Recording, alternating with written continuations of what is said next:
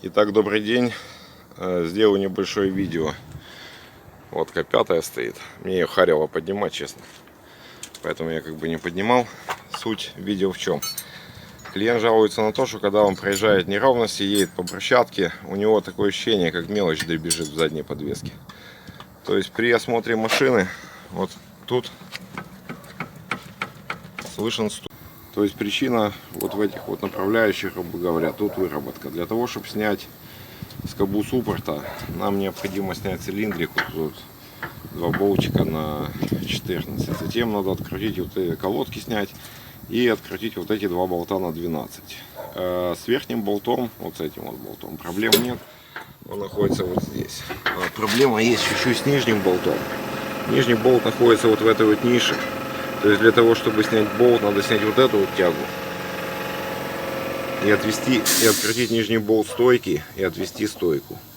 И тогда у нас выйдет болт, потому что стойка не дает выйти шляпки болту. Далее отвезу, сейчас вытащат мне направляйки и покажу, что люфт ушел. Так, итак, скобу мы поставили, суппорт одели, цилиндр одели. Вот показываю на той же стороне, что никакого звука нету. Что хочу показать в моменте установки. То есть вот эти вот болты, когда выкручиваются, там видно остается резьбовой герметик на них, и болт не хочет назад вкручиваться. То есть берем мячик М10-1.25 и прогоняем, они потом свободно заходят. Далее что я делаю? Так как кулак у нас дюралевый, я этот болт полностью помазал нигровым, он не открутится, потому что вот здесь вот по заводу стоит гровер. То есть проблем никаких не будет.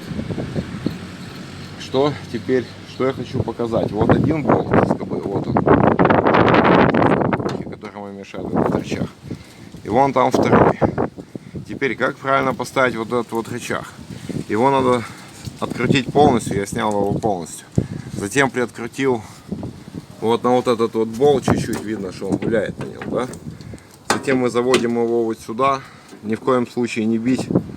Кулак дюралевый, потому что может лопнуть вот это ухо, как нефиг делать. То есть аккуратненько отверточкой он туда достает, я уже проверял. Я уже делал, в принципе, эти подвески. Затем заводим стойку и зажимаем в транспортном положении. В принципе, ну вот, стук мы на этом и убрали.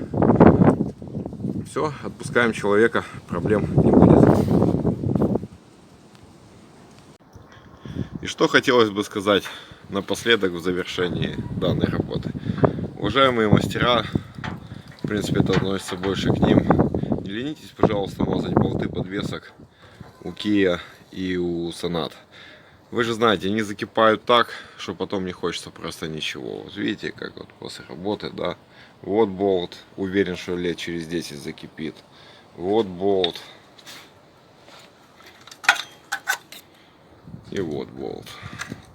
Аналогично сделано все с другой стороны. Оно ж приятно, когда машина приезжает, вы откручиваете и болт крутится, а вы не стоите и не греете его по 2-3 часа резаком, пилой, перфораторами, шашки трусятся и ничего не хочется.